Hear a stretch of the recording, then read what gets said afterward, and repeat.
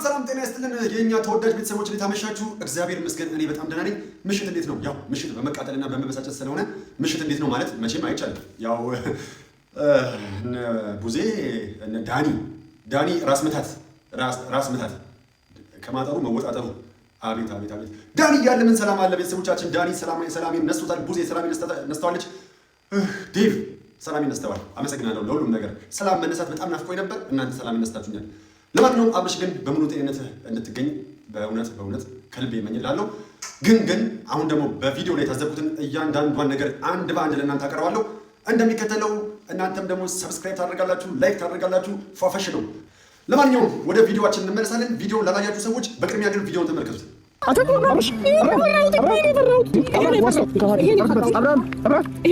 መልካም እሺ። ያው ጠዋት ላይ በነበረን የአብሮነት ቆይታ ላይ አንዳንድ ሀሳቦችን ለእናንተ ለማጋራት ወደ እናንተ መጥቼ እንደነበር ይታወሳል። እዚያ ቪዲዮ ላይ የተናገርኩትን ቃል በቃል ትናንትናም ዛሬም ቃል በቃል ነው እነዚህ ሰዎች እያደረጉት ያሉ። ምክንያቱም የእነሱን ስለንቦና በእያንዳንዱ ሁኔታ ውስጥ ስለተረዳሁት እነዚህ ሰዎች ቀጣይስ ምን አይነት እርምጃ ይራመዳሉ ብዬ ስለምገምትና ስለማሰብ ከነሱ ስለንቦናዊ ጉዘት አንጻር እነዚህ ሰዎች ቀጣይስ ምን ሊያደርጉ ይችላሉ የሚለው ግልጽ ነው። ስለዚህ ይህንን መገመት ጠቢብ አያስብልም። ይህንን መገመት እንዴት ነው በቃ ብሪሊየንት ምናምን አያስብልም። ምክንያቱም ዝም ብሎ መደበኛ ሰው መሆን በቂ ነው እነዚህን ሰዎች ለመገመት ማለት ነው። ስለዚህ እነዚህ ሰዎች በመደበኛ ሰውነት ገምቻቸው ተሳክቶኛል ብዬ አስባለሁ። ለማንኛውም ምንድን ነው ሲያደርጉ የነበሩት?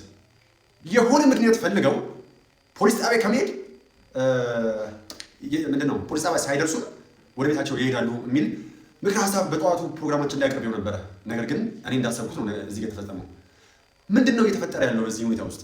አሁንም በዚህ ሲቹዌሽን ውስጥ ቅድሚያ ሰጥቼ መናገር የምፈልገው ይሄ አብርሽ የሚባል ልጅ አብርሽ እጅግ በጣም እየተጎዳ ነው። በእያንዳንዱ ሁኔታ ውስጥ ነጥብ እየጣለ ነጥብ እያስጣሉት ልጁ ስትረስ ውስጥ እየገባ ነገሮችን መቋቋም ወደማይችልበት ሁኔታ ውስጥ እያመራ ነው የሚገኘው። አብርሽ በእያንዳንዱ ሁኔታ ውስጥ እየገጠመው ያለው ፈተና እጅግ በጣም ጥብቅ ነው። ምክንያቱም አንድ ሰው ፈተና ሊገጥመው የሚችለው ወይ አንድ ወይ ሁለት ነው። አብርሽ ግን ፈተና እየገጠመው ያለው ብቻቸውን አንድ ስቴዲየም ህዝብ ናቸው። የአረብ ኮሜንታተር ነው የሚመስሉት ከሁሉም። አሁን ጤነኛ አይደለም ብለው የሚያስቡት ልጅ ጋር በዚህ ልክ ጤናውን ለመንሳት መቃረባቸው እነዚህ ሰዎች እውነትም የአብርሽ ቤተሰብ ናቸው ወይ ብለው ጥያቄ ለመጠየቅ ከዳር ያለ ሰው ይችላል። እኛ ዳር ነን፣ ቤተሰብ አይደለንም አይደል? ነገር ግን ደግሞ እንደ ቤተሰብ እየሆኑ ነው ወይ እነዚህ ሰዎች ሙሉ በሙሉ አብርሽን ለመቃወስና አብርሽን ወደ ተስተካከለ ጤናው እንዳይመለስ ሆን ብለው እየሰሩ ያለው ሴታፕ እንደሆነ ነው የሚገባኝ። እነዚህ ሰዎች እንመለስና ፖሊስ ጣቢያ ሁሉም ነገር ይፍረድ፣ ህግ ይፍታው ብለው ነበር። ፖሊስ ጣቢያ ከደረሱ በኋላ ሀሳባቸውን ያስቀየራቸው ምክር ሀሳብ ምንድን ነው ይሄ ጥያቄ። ፖሊስ ጣቢያ ቢሄዱ እዚህ ጋር ዴቭ እንደ ጤነኛ ሰውና እንደ መደበኛ ሰው ምን አለ? አሁን ዴቭ ጭንቅላትን የመታው ብረት በሚገባ በደንብ ስላልመታ አንተ በተሻለ መልኩ እያሰብክ ነው ማለት ነው። ምክንያቱም እነዛ ሰዎች ጭንቅላታቸውን ተመተው ማሰብ ስለማይችሉ ዴቭ የተሻለ ማሰብ ይችላል። ምንድነው ፖሊስ ጣቢያ ብንሄድም የተለየ መልስ ልናገኝ አንችልም፣ መፍትሄ ልናገኝ አንችልም። ይልቁንስ ከሩታና ከኤፍሬም ጋር ተስማምተን አብርሽን ወደ ጤናው እንዲመለስ የምናደርግበት መንገድ እንፈልግ ነው እያልክ ያለው አንተ። ጥሩ ሰው ነህ። ጥሩ ሰው የሆንከው ግን ዛሬ የሆነ የምታጡት ነገር እንዳለ ስለተሰማችሁ ነው። ምናልባት በትዳሩ ከ10 ሜትር በላይ እንዳትቀርቡት ተብላችሁ ልትጠነቀቁ እንደምትችሉ ይገባችኋል። ዴቭም ያ ነገር ስለገባ ይመስለኛል ቀድመህ ከአብርሽ ላለመራቅ በቅርብ ሆናችሁ የአብርሽና የሩታን ነገር ለመከታተል እንዲመቻችሁ አሁንም ከህግ ይልቅ ከሩታና ከኤፍሬም ጋር እንስማማ አላችሁ። ይሄንን ነገር መጀመሪያ ለምንድን ነው መስማማት ያልቻላችሁት? ለምንድን ነው በሰከነ መንፈስ ኤፍሬምንም ቁጭ አድርጋችሁት ሩታንም ቁጭ አድርጋችኋት በስርዓት አብርሽ እየሆነ ያለው ነገር መልካም አይደለም፣ ስለዚህ እስቲ ምን ብናደርግ ወደ ተሻለ ጤናው ይመለሳል ብላችሁ ምክር ሀሳብ አላቀረባችሁ? ለምን በመንጋ ሆናችሁ እነዚህ ልጆች እልህ አጋባችኋቸው? አሁን እናንተ እነ ኤፍሬም ምንም ቢያደርጉ አይፈረድባችሁም። ለምን? እናንተ እነዚህ ልጆች እልህ ስላጋባችኋቸው። ስለዚህ አሁን ዛሬ ሩታ ደጋግማ እየተናገረች ነበረ። ይኸው አንድ ነገር ላስረዳ። ከዛ ድረስ የተመለስ ነው ፖሊስ ጣቢያ እንሄዳለን ተባብለን ነው አይደለ? ስለዚህ ህግ የሚለንን ነገር በሙሉ እናከብራለን፣ እንሰማለን፣ እንግባ። ምን እያለች ነው ሩታ? በቃ ህግ ነው የሚዳኘን። ህግ ትክክለኛውን ፍርድ መፍረድ ይችላል። ህግ ቦታ እንሂድ ብላችሁ ወደዚህ ያመጣችሁን፣ ወደምንሄድበት ቦታ አስተጓጉላችሁ ወደዚህ እንድንመለስ ያደርጋችሁን ህግ ጋር እንቅረብላችሁ ነው፣ ወደ ህግ ውሰዱን እያለች ነው አይደል? ለምንድን ነው እናንተ እዚህ ከደረሳችሁ በኋላ ወደ ህግ መግባት ያስፈራችሁ? ዴቭ ምን አልክ? አይ ይሄ እንደ ቤተሰብም ያሳፍራል። እንደ ቤተሰብ የሚያሳፍረው ምን እንደሆነ ታውቃለህ? ሚስቱን አብርሽ እንዲሆን ያደረገችው ሚስቱ ነች ብለህ መናገራችሁን ለሰፈረው። ሲቀጥል ሚስቱን ከሱ ለመለየት የምትሄዱበት ጥገት ርቀት ነው የሚያሳፍረው። አንድም ባለትዳር ትዳሩን ፈቶ ወደ ሌላ ትዳር እንዲያመራ የምታደርጉት እንቅስቃሴ የሚያሳፍረው ይሄ ነው። እንደውም በተሻለ መልኩ ህግ ጋይዳችሁ በስነ ስርዓት ቁጭ ብለው መነጋገሩ መልካም ነው ብዬ አስብ ነበር። ለምን መሰላችሁ? ኤፍሬም ህግ ጋር ሲሄድ የህግ የራሱ ውጣ ውረድ ተዋረድ ስላለው አሁን እናንተ በሚያወራበት ልክ አያወራችሁ። ሩታም እንደዛው። ቡዜም በዚህ ልክ ጭስ ሆነሽ ህግ ፊት አታወሪ። በሰከነ መንፈስ ትነጋገሩ ነበር። ምክንያቱም ህጉ ስለማይፈቅድ ህግ ፊት በዚህ ልክ አሁን እያወራችሁበት ባለው ልክ ማውራት ስለማትችሉ የወሬ ጥማታችሁ በፍጹም ሊታረቅ ስለማይችል አሁንም ህግ ጋር መሄድ አልፈለጋችሁም። ህግ ጋር መሄድ ያልፈለጋችሁ ደግሞ ሩታ ምንም እንዳላስደረገችው እርግጠኛ ስለሆናችሁ ነው። ከህግ ደግሞ ምንም አይነት ነገር ማግኘት ስለማትችሉ ነው። ምክንያቱም መረጃ የላችሁም። ልጁም ሲጠየቅ አይ እኔ ሚስቴና ልጆቼ መርጬ ነው ይላል። ትክክል። ከዚህ ውጭ ምን ትፈልጋላችሁ እናንተ? ምንድን ነው የሚያስፈልጋችሁ? አሁን በዚህ ሁኔታ ውስጥ ግን እናንተ ሳታስቡት አብርሽን ቀን በቀን እየጎዳችሁት ነው። ልክ ጭንቅላትን በመዶሻ ደጋግሞ እንደመመታት ያክል ነው የእናንተ ጩኸት። ዳኒ ማን ነው በዚህ ልክ ግን አላርም ላይ አድርጎ የለቀቀ እንዴ? ማን ነው እንደዚህ ምላስ ቀስ ብለህ መነጋገር አትችልም? የግዴታ ጮኸ ካልተናገር ከኤፍሬምና ሩታ አይገባቸው ለምን? ወይ ደግሞ አብርሽን ጭቃት መታ ለምን አታደርገው? ምንድን ነው እያደረክ ያለው? በቃ ከቤተሰብ ውጣ። ቤተሰቡ ሩታና ማነች ሄርሜላና ዳኒ ከዚህ ራዳር ውስጥ ውጡ። እንደ ቤተሰብ እነዚህ ሰዎች ይነጋገሩ። እናንተ የምን አጫፋሪ ናችሁ እንዴ? ምን አይነት ሰዎች ናችሁ እናንተ? ዳኒ የምር የጠንቋ ቤት ድቤ ደብዳቤ ነው የምትመስለው። ከግራ ከቀኝ እንደ ፔንዱለም ከዚህ ወደዛ ስትወዛወዝ የሆነ የተቋጠረውን ችግር ለመፍታት አይደለም የምትሄደው። ነገሩን ወደ ተባባሰ መንገድ እንዲያመራ ነው የምትፈልገው። ወይ ደግሞ እነሱ እንሄዳለን ብለው የሚያስቡት ቦታ እንዳይሄዱ እንቅፋት መሆን ነበር የፈለገው። ተሳካለን። እኔ በጣም ያስደነቀኝ ነገር ቢኖር ደግሞ እዚህ ጋር አብርሽ ምን አላችሁ እዛ ነበር። እነሱ ግን ቀድመው ፕሮግራም አስይዘዋል። እዛ ከፍለዋል፣ የሩም ከፍለዋል፣ የመዝናኛ ከፍለዋል፣ ብዙ ነገር ከፍለዋል። እና ደግሞ ለአንድ ወር ነው ቆይታ የምንመጣው። ለአንድ ወር ወደ 15 ቀን ምንድን ያላችሁ ይሄ ነገር አስቀድመው እነዚህ ሰዎች አልጋም ይዘዋል፣ የመዝናኛ ፓኬጅ ከፍለዋል ከእናንተ በፊት አላችሁ አይደለ? እናንተ ግን የምትሉት እናንተ ምን አላችሁ? አይ እኛ አብርሽን እንፈልገዋለን ከኛ ጋር ጊዜ 1 ቀን 3 ቀን እንዲያሳልፍ ካሰብን በኋላ ነው ሩታ ይህንን የጉዞ ሀሳብ ያመነጨችው አላችሁ። አብርሽ ግን በአንደበቱ አይ ቀድሞ የተያዘ ሀሳብ ነው ብሎ ተናግሯል። እሺ ምን ትሆኑ? በጣም ነው የምታሳፍሩት። አሁን የእናንተ እፍረት የለሽ አካሄድ ቀን በቀን እጅግ በጣም እያገጠጠ ነው የመጣው። ልጁን ወዳልተፈለገ እርምጃ እየወሰዳችሁት ነው። ዛሬ ወደቀ አይደለ? ጭንቀቱን ይብስ አባባሳችሁበት አይደለ? አብርሽ ወዳልሆነ መስመር እንዲገባ አደረጋችሁት አይደለ? የእናንተ ቤተሰባዊነት ይሄ ነው። የእናንተ ለወንድማችሁ ማሰብ እዚህ ድረስ ነው። ምን ማድረግ? ልጁን ወደ ተባባሰ የጤና ቀውስ ውስጥ መውሰድ። ቢያንስ እኮ ወንድማችሁ ፊት እንደዚህ አሞታል ብላችሁ የምታስቡት ልጅ ፊት ምን አለባት ትነጋገሩ በዚህ ልክ? ምን አለበት ብትቻቻሉ? እናንተ ሀሳባችሁና ታርጌታችሁ ግልጽ እኮ ነው። ሩታን ከአብርሽ መለያየት ነው። ሩታን ከአብርሽ ለያየታችሁ ከሄርሜላ ጋር ህይወቱን እንዲመራ ማድረግ ነው። ይሄ ነገር ደግሞ ደጋግመን እንደምንናገረው አንድ ሰው ትዳሩን ፈቶ ወደ ሌላ ሴት እንዲሄድ ማድረግ ማለት ዝሙትን ማስፋፋት ማለት ነው። ፍቺን ማበረታታት ነው። ልጅ ያለ አባት እንዲያደርግ ማድረግ፣ ልጅ ያለ እናት እንዲያደርግ ማድረግ ነው። ይሄ ደግሞ በላይኛው ቤት የሚያስጠይቃችኋል። ይሄ አይደለም እኮ ትክክለኛው አካሄድ።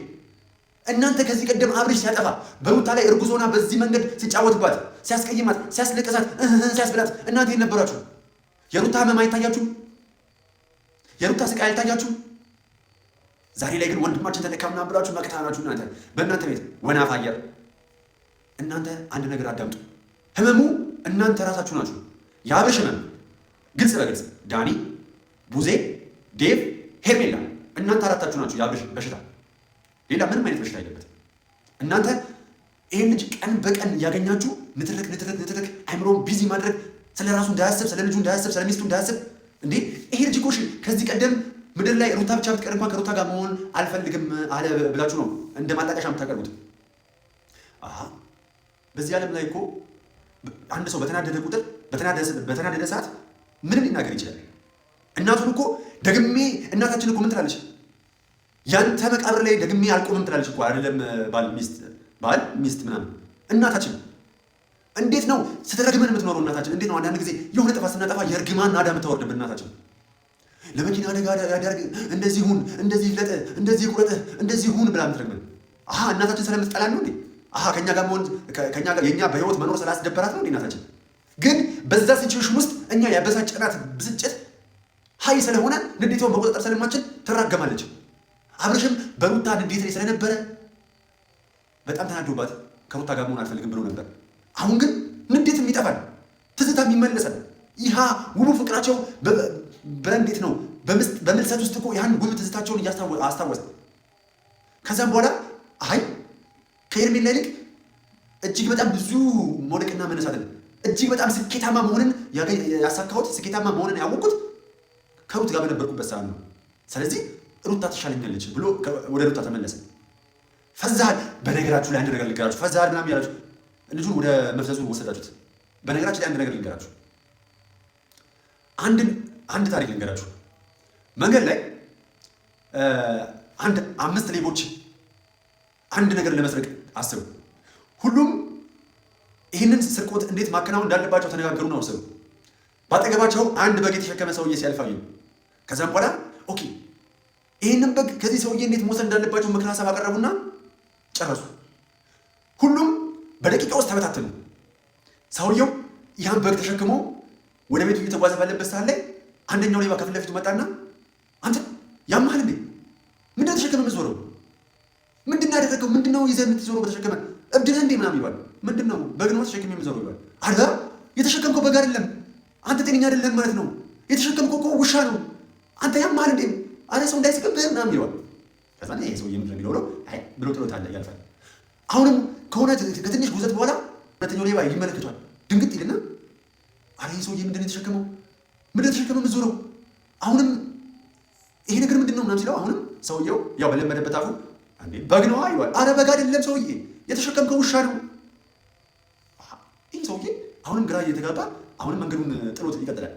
አሁን ሶስተኛዋ ሌባ የምትመጣው ሴቷ ነበረች። ሴቷ መጣች። ሴቷ ትመጣና አሁንም በሶስተኛው መንገድ ላይ ውሻ ተሸክሞ እንደሚሄድ በግ እንዳልሆነ ደግማ ተነግሯለች። ይሄ ሰውዬ 3 ሰው በመንገዱ ላይ በግ እንዳተሸከመ ውሻ እንዳተሸከመ ይነግሯል። ከዚህ ደቂቃ በኋላ ነበረ የህይወቱ ጥፋት የሚጀምረው። ምን ማለት ጀመረ? ጥርጣሬ በልብ ውስጥ ማደር ጀመረ። ይሄ ነገር ትክክል መሆን አለበት ብሎ ከአንገቱ ላይ ያወለቀውና በጉን መመልከት ጀመረ። ሲመለከተው በግ ነው። እነዚህ ሰዎች ደግሞ ውሻ እንደሆነ ነግረውታል። ግራ ተጋባ፣ መጠራጠር ጀመረ። አሁን እዚህ ጋር ትልቁ ነገር የሚጀምረው አይ ብሎት ይዞት ከሸከም አውርዶ የጎተተ ይዞት ሲሄድ አንተ ምን እያደረግህ ነው ይላል አራተኛው ሌባ። ይዘህ እየሄድክ ያለው እንደዚህ አንገቱን እንደ አስራ እየጎተትክ ያለው ምንድን ነው እንዴት ሲለው በግ አይደለም ውሻ ነው። አሁን እዚህ ጋር ሰውየው እጅግ በጣም መጠራጠር ጀመረ። በቃ ራሱ እኔ ጤነኛ አይደለሁም ማለት ነው፣ የሳትኩት ነገር አለ ማለት ነው ብሎ ያስባል። አምስተኛው ሌባ ይመጣል። ከዛም በጣም ይጮህና አንተ ጤናውን እያጣ ነው አንተ ሰውዬ፣ በዚህ ልክ ለምንድን ነው ውሻውን የጎተትክ የምትሄደው ምናምን ሲለው ሰውየው እዚህ ጋር በጉን ጥሎት እየሮጠ ይሄዳል። ቀስ በቀስ ምን አደረጉት ማለት ነው? ጭንቅላቱ ላይ ምን ሰሩበት ማለት ነው? ይሄ ሰውዬ ተሸክሞ እየሄደ በመንገድ የነበረው ትክክለኛው በግ ነበር። ነገር ግን በተቃራኒ 5 ተመሳሳይ ሰዎች በግ እንዳልነበረ ውሻ ተሸክሞ እንደሚሄድ ያሳመኑት። ከዛ በኋላ በጉን ውሻ እንደሆነ አምነው ጥሎት እሱ በሽተኛ እንደሆነ የአእምሮ በሽተኛ እንደሆነ ውሻውን በግ ብሎ እንደሚያምን ውሻውን በግ ብሎ እንደሚያምን በጉን ደግሞ ውሻ ብሎ እንዳመነ አስበው ጥሎት ፈረጠጠ። እነዚህ ሰዎች ግባቸውን መቱ። በስተመጨረሻ ውሻውን ወሰዱት። በእነሱ ሀሳብ ውሻ የነበረውን በጉን ወደ ቤታቸው ወሰዱት፣ ሰረቁት ማለት ነው። አሁንም የአብርሽን ሀሳብ እንዲህ አንድ በአንድ እያላችሁ ቀስ በቀስ አብርሽ ታማል እያላችሁ እያሳመናችሁት ህመም ውስጥ የከተታችሁት ነው። ይሄ ልጅ ለቀልድም ቢሆን ወይም ደግሞ ካለበት የኑሮ ሽክርክሪት ቀን በቀን ከሚገጥመው ፈተና ቀን በቀን ከሚገጥመው ስትረስ፣ ጭንቀት እናንተ ናችሁ ጭንቀቶች ከእናንተ ለማምለጥ ብሎ ሲያስብ እውነትም አሟል ብላችሁ እያሳመናችሁት ይሄ ልጅ እንዲታመም አደረጋችሁት። ዛሬ ይባስ ብለው አብርሽ ራሱን ስቶ እንዲወድቅ አደረጋችሁት። አንድ ሰው ራሱን ስቶ ሲወድቅ ጭንቅላቱ ያለውን ነገር መቋቋም ሳይችል ሲቀር ነው። መሸከም እንዴት ነው ሰውነታችን እንዴት ነው ጭንቅላታችንን መሸከም ካልቻለ እኮ እንዲህ ዝም ብለን ነው የምንለው አይደል? እናንተም ጭንቅላቱን በነገር በሴራ በጭንቀት ሞላችሁት። ይሄ ልጅ ወደቀ። እንኳን ደስ አላችሁ። በዚህ አጋጣሚ እንኳን ደስ አላችሁ ልላችሁ እወዳለሁ። ቀጠላችሁና ደግሞ አብርሽን ለ3 ቀን ነው የምንፈልገው ስትሉ ነበር። አሁን ደግሞ ዛሬ ደግሞ እቅዳችሁ ምንድነው? ለአንድ ቀን ከሙሴ ጋር ይዋል ሩታ እባክሽ ፈቀጅልን እባክሽ ያያችሁ የተማጸናችሁ ነው። ከ3 ቀን ወደ 1 ቀን ያስወርዳችሁ ነገር ምንድን ነው? እንደናንተ ደግሞ እስስትማ ይቀያየር። እናንተ እጅግ በጣም ተቀያያሪ ሰዎች ናችሁ። ለልጁ ሰላም ሳይሆን መንበጥበጥን ትፈልጉታላችሁ። ይሄን ጮት ትፈልጋችሁታል። በጌታ ስም አሳፋሪዎች ናችሁ። ሩታ ምን አለች? እዚህ ድረስ የመጣ ነው እናንተ ወደዚህ ከምንሄድበት ጉዞ አስተዋውራችሁ እዚህ ድረስ የመጣ ነው ፖሊስ ጣቢያ እንሄዳለን ብላችሁ ነው። ንጹህ ሰው እንዴት እንደሚናገር አያችሁት? ምንም እንደማይፈጠር ታውቃለች። እቺ ልጅ ራሷን ጠንቅቃ ነው የምታውቀው። እናንተ እንደምትዘላብሉት አርጋበታለች ብላችሁ ስሟን እንደምታስጠፉት አይደለችም። እቺ ልጅ በራሷ ኮንፊደንስ አላት። እቺ ልጅ በራሷ ኮንፊደንስ ባይኖራ ኖሮ እንደናንተ አይነት ሰዎች ደጋግመው እየጎዷት ባለበት ሰዓት ቆማ ትሄድም ነበር። ነገር ግን ሩታ እጅግ በጣም ጀግና ልጅ ነች። ጀግና ሴት ያሰበችውን ነገር ከማድረግ ወደኋላ የሚያስቀራት አንድም ኃይል የለም። በነገራችን ላይ አሁንም ቢሆን እናንተ አታሸንፏትም። ምክንያቱም ሩታ አንበሳ ነች። ሩታ አብርሽን ወደ ቀድሞ ትውስታ ወደ ቀድሞ ማንነቱ መመለስ የምትችል የተሰጣት ትልቁ መክሊት ብቸኛዋ አንድና አንድ ሩታ ብቻ ነች።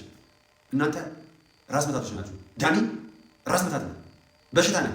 ቀስ ብለህ ማውራት የማትችል የሰውን ጭንቀት አንድ በአንድ የምታባበስ ኤፍሬምም ሩታን ህግ ጋር እያያችሁ ነው። ምን ነው ዘገያችሁ? ፈራችሁ? እናንተ አልነበራችሁ እንዴ ወደ ግንኙነት ስትል የነበረው? ፈሪ ፖሊስ ጣቢያ ሄደሽ ምንድን ነው የምትይው? ባልና ሚስት ወንድም ሆነው ሊዝናኑ ሊሄዱ ነው እኛን ጥለውን ልትሉ ነው ልትይ ነው? ባል ሚስት ልጅ እና ወንድም ተያይዘው እኛን ጥለውን እኛ ሳያሳትፉን መዝናናት ሊዝናኑ ሊወጡ ነው። እኛ ከተዝናናን ረጅም ጊዜ ሆነን። አረ ይሄ ፍትሃዊ አይደለም እያላችሁ ነው። መዝናናት ከፈለጋችሁ ደግሞ ኤፋ ኑ አብረን እንሂድ ከዳኒና ከሄርሜላ ውጪ ለመዝናናቱ እኛ አለን እያሏችሁ ነው። ምን ነው መዝናናቱን አልፈለጋችሁትም? አሁንም ቢሆን ከአብርሽ ራስ ውረዱ። አብርሽን ተዉት። የአብርሽን ምርጫ አክብሩለት። አብርሽን ሙሉ በሙሉ ተዉትና እናንተ የራሳችሁን ህይወት ምሩ። ሩታ ሁሉንም ነገር ትረዳለች ብዬ አስባለሁ። ማድረግ ያለባትን ነገር ታደርጋለች። ጠዋት እንደተናገርኩት አንድ ነገር ሆኖ ቢሆን ኖሮ አብርሽ ጋሽዬ የሚመጣሉ የእናት አንጀትም ለልጃቸው ምን ያህል እንስብስብ እንደሆነ ታውቃላችሁ። እንኳን በዚህ ልክ ታሞ አይደለም ሲያስነጥስ እንኳን እናት ልቧ የሚነግራት ትልቅ ከእግዚአብሔር የተሰጣት ትልቅ ጸጋ ያላት ነች። እናቱ በደንብ ተረዳውና አሞታ ልጅ ብላት ትመጣ ነበር። እናንተ ዝም ብላችሁ ገብታችሁ አታንባችሁ። አብርሽና ሩታ አይለያዩም። ወደፊት ነው አብርሽ ሩታ ወደፊት። ዳኒና ሄርሜላ በስተመጨረሻ እነዚህ ወንዝ ይበላችኋል። መሀል ላይ ነው የምትቀሩት። መሀል መርካቶ ገበያ ላይ ነው የምትቀሩት። ምናልባት ዳኒና ቡዜ ዴቭና ቡዜ ግን ያው ቤተሰብ እንደመሆናቸው መጠን ይቅርታ ሲደረግላቸው ሲተቃቀፉ ይቅርታ ሲባባሉ ዳኒና ሄርሜላ መሀል ቤት አጨብጭባችሁ ትቀራላችሁ። ሲያሳፍር ማለት ነው። ለማንኛውም በጣም ነው የምወዳችሁ። እዚህ በኮሜንት የመጣችሁ ልትሳደቡ በጣም ነው ደስ የሚለው። በመድኃኒዓለም ሌላም ስድቦች ጨምሩ። ምክንያቱም የእናንተን ጭንቅላት እዚህ ጋር የሚፈተሸው ስድብ የለም እንደ ምንድን ነው እየገባችሁ ትሳደቡ። የእናንተ እኮ ንቃት እዚህ ጋር እቺ ብቻ አለችም። ስድቦች አንሰዋል። እባካችሁ የገባችሁ ትሳደቡ። ስድብ እያነሰኝ ነው። አረ ስድብ እያነሰ ነው። ይህን የምታደርጉት የሄርሜላ ደጋፊዎች ናቸው። በሉ ኮመንቱ ክፍት ነው። ኑና ተሳደቡ በማለት ነው። ለማንኛውም አብርሽ ኤምቲ ነው መስሚያ ወጥት ነው ማለት ነው ካልገባችሁ። ለማንኛውም በጣም ነው የምወዳችሁ የኔ ቤተሰቦች። የአብርሽን ጤና የምትመኙ በጠቅላላ እጅግ በጣም ክብር አለኝ። የሰው ልጅ ደስታ የሚያስደስታችሁ፣ የሰው ልጅ ምክንያታዊ ሆናችሁ የምትጠሉ፣ ምክንያታዊ ሆናችሁ የምትወዱ በጣም ነው ማከብራችሁ። በጣም ነው የምወዳችሁ። እናንተ በቃ ሺህ ዓመት ኑሩ። እነዛም ሰዎች ሺህ ዓመት ኑሩ። ልቦና ሚስጣችሁ። በጣም ነው የምወዳችሁ። አብራችሁ የቆየሁት አብርሽ ቲዩብ ነኝ። በጣም ነው የምወዳችሁ። በጣም አከብራችኋለሁ። ነገ በጠዋት እስከምንገናኝ ድረስ አዳዲስ መረጃዎችን ይዤ መልካም ምሽት። አይ ላቭ ዩ ሶ ማች